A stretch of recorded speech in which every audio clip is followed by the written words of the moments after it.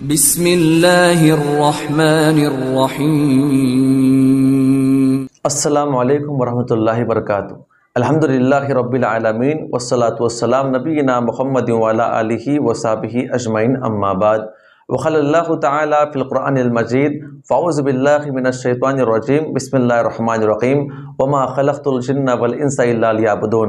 محترم سامعین اکرام، آج ہم آپ کے سامنے اللہ رب العزت کے رسولوں پر ایمان کے تعلق سے بات کریں گے۔ اللہ تعالیٰ سے دعا کریں اللہ تعالیٰ ہم تمام کو حسن عمل کی توفیق عطا فرمائیں۔ ہماری باتیں چل رہی تھی یعنی ایمان کے ارکان، اللہ پر ایمان، اس کے فرشتوں پر ایمان، اس کی کتابوں پر ایمان، اور آج ہم آپ کے سامنے اللہ کے رسولوں پر ایمان کے تعلق سے بات کریں گے۔ اللہ تعالیٰ ہم تمام کو حسن عمل کی توفیق عطا فرمائے۔ رسول وہ خوش نصیب شخص جس کو اللہ رب العزت نے اپنا پیغام اپنے تمام بندوں تک پہنچانے کے لیے چن لیا ہو اور انہیں حکم دیا ہو کہ میرا پیغام اپنے تمام بندوں تک پہنچائے۔ اللہ رب العزت نے وقتاً فوقتاً اپنے انبیاء اکرام کو دنیا کے اندر لوگوں کے لیے مبعوث کرتا رکھا اور انبیاء اکرام کے ذریعے سے اپنے پیغام کو ان تک پہنچاتا رہا۔ لہٰذا جو شخص انبیاء اکرام کی بات کو قبول کرتا ہے، ان کی شریعت کو مانتا ہے، ان کے مطابق عمل کرتا ہے، وہ جنت میں جائے گا، اور جو اپنے نبی کی بات کا انکار کرتا ہے اور ان کی شریعت کو ٹھکرا دیتا ہے تو انسان جہنم میں جائے گا۔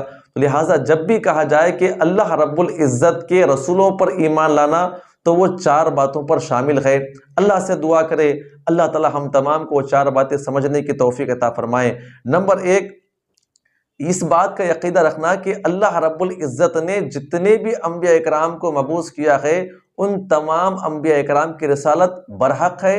اللہ رب العزت نے ہی ان کو متعین کیا ہے، اور ان تمام پیغمبروں میں سے اگر کسی نے ایک پیغمبر کا بھی انکار کیا تو اس نے تمام پیغمبروں کا انکار کیا۔ دلیل کیا ہے؟ کذبت قوم نوح المرسلین، اللہ نے کہا کہ قوم نوح نے تمام انبیاء اکرام کا انکار کیا، حالانکہ ان کی قوم میں صرف ایک نبی آئے تھے۔ وہ اپنے نبی کے انکار کرنے کی وجہ سے اللہ نے اتنی بڑی بات فرمائی کہ اس قوم نے ایک نبی کا انکار کیا ہے، تو لہٰذا یہ تمام انبیاء اکرام کے انکار کرنے کا مترادف ہوگا۔ تو لہٰذا سب سے پہلے عقیدہ اس بات پہ ہونا چاہیے کہ جتنے بھی انبیاء اکرام دنیا کے اندر مبعوث کیے گئے وہ سب کے سب برحق تھے، ان کی رسالت اللہ تعالیٰ کی طرف سے تھی، لہٰذا یہ بات ہمیں ماننا ہے۔ اور دوسری بات یہ ہے کہ جن انبیاء اکرام کے نام ذکر کیے گئے ہیں ان انبیاء اکرام کے اوپر ان کے ناموں کے ساتھ ایمان لے کر آنا۔ الحمدللہ ہمارے قرآن کے اندر تقریباً 25 انبیاء اکرام کے نام ذکر کیے گئے ہیں۔ ہمیں مفصل طریقے سے ان کے ناموں کے ساتھ ان کے اوپر ایمان لے کر آنا چاہیے۔ اور نمبر 3، جو سچی خبریں اور احکامات پیغمبروں کے ذریعے سے ہمیں معلوم ہوئی ہے، جو کہ تمام پیغمبروں کی شریعتوں کے اندر جو باتیں برحق طریقے سے ہم تک پہنچی ہوئی ہے، ان کی دل سے تصدیق کرنا کہ وہ اللہ تعالیٰ کی طرف سے ان کو احکامات ملے تھے، اس قوم نے اور اس نبی نے اس کے اوپر عمل کیا۔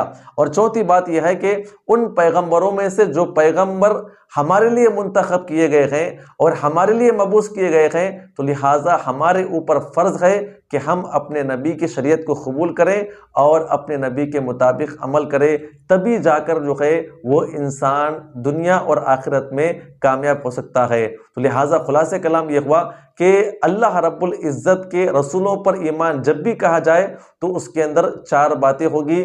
جب تک ایک انسان ان چار باتوں پر ایمان نہیں لائے گا اس نے کامل طریقے سے اللہ کے رسولوں پر ایمان نہیں لایا۔ اس میں سے سب سے پہلی بات یہ ہے کہ تمام انبیاء اکرام برحق تھے، ان کی رسالت اللہ تعالیٰ کی طرف سے تھی، اور اگر کسی نے ایک رسول کا بھی انکار کیا اس نے تمام انبیاء اکرام کا اس نے انکار کیا۔ اور دوسرا، جن انبیاء اکرام کے نام بیان کیے گئے ہیں ان انبیاء اکرام کے اوپر ان کے ناموں کے ساتھ ایمان لے کر آنا۔ اور تیسرا، جتنے بھی انبیاء اکرام دنیا کے اندر مبعوث کیے گئے ہیں ان کے اوپر جو بھی کتابیں، سچی باتیں، سچے احکامات جو ہم تک پہنچے ہیں ان کی دل سے تصدیق کرنا۔ اور نمبر 4، جو نبی آخر الزماں ہمارے لیے نازل کیے گئے ہیں یعنی محمد صلی اللہ علیہ وسلم، ان کے اوپر ایمان لانا، ان کی شریعت کو قبول کرنا اور ان کے مطابق عمل کرنا، یہ ہر مسلمان کے اوپر فرض ہے۔ اللہ سے دعا ہے اللہ تعالی ہم تمام کو رسولوں کے اوپر ایمان لانے کی توفیق عطا فرمائے، آمین۔ السلام علیکم ورحمۃ اللہ وبرکاتہ۔